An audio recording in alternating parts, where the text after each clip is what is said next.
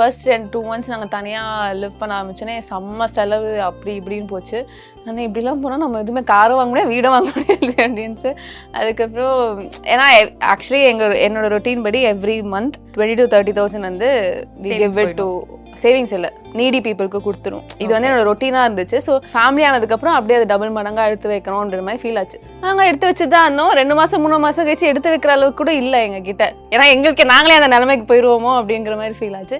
So அதுக்கப்புறம் தான் இவருக்கு இல்லை பட்ஜெட்ஸ் இந்த சேவிங்ஸ்லாம் பண்ணணும் அப்படின்னு சொல்லிட்டு அப்புறம் எங்கள் அம்மா அப்பாட்ட போய் கேட்டேன். ஏன்னா எங்கள் my mom and dad like அவங்க லவ் மேரேஜ் தனியாக தான் ஸ்டார்ட் பண்ணாங்க. இத்தனோண்டு ரூமில் ஸ்டார்ட் பண்ணி அவங்க வந்து எனக்கு தெரிஞ்ச சூரியவம்சம் கப்பல்னா எங்கள் அம்மா அப்பா தான். ஸோ அதனால் வந்து இப்போ கேட்டோம். நாங்கள் ராஜாவும் வந்து கேட்டோம், ஆண்டி அங்கிள் எப்படி அங்கிள் பண்ணணும் அப்படின்னா. அப்புறம் எங்கள் அப்பா வந்து சேவிங்ஸ் இந்த பட்ஜெட் போடுங்க, எவ்வளோ சேவ் பண்ணிடுங்க, இதெல்லாம் பண்ணுங்கன்னா. அப்போ தான் வந்து நம்ம அடல்ட் லைஃப்க்கு போகிறோம் அப்படின்னு சொல்லிட்டு அதுக்கப்புறம் இப்போ ஸ்டார்டட் டு டூ.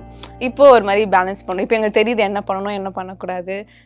விரும்பிய பொருளை விரும்பிய பிராண்டில் வாங்கலாம். இல்லத்தரசி திட்டம் ரூபாய் 8,000. வாக்களிப்பேர் உதயசூரியன் சின்னத்திற்கு.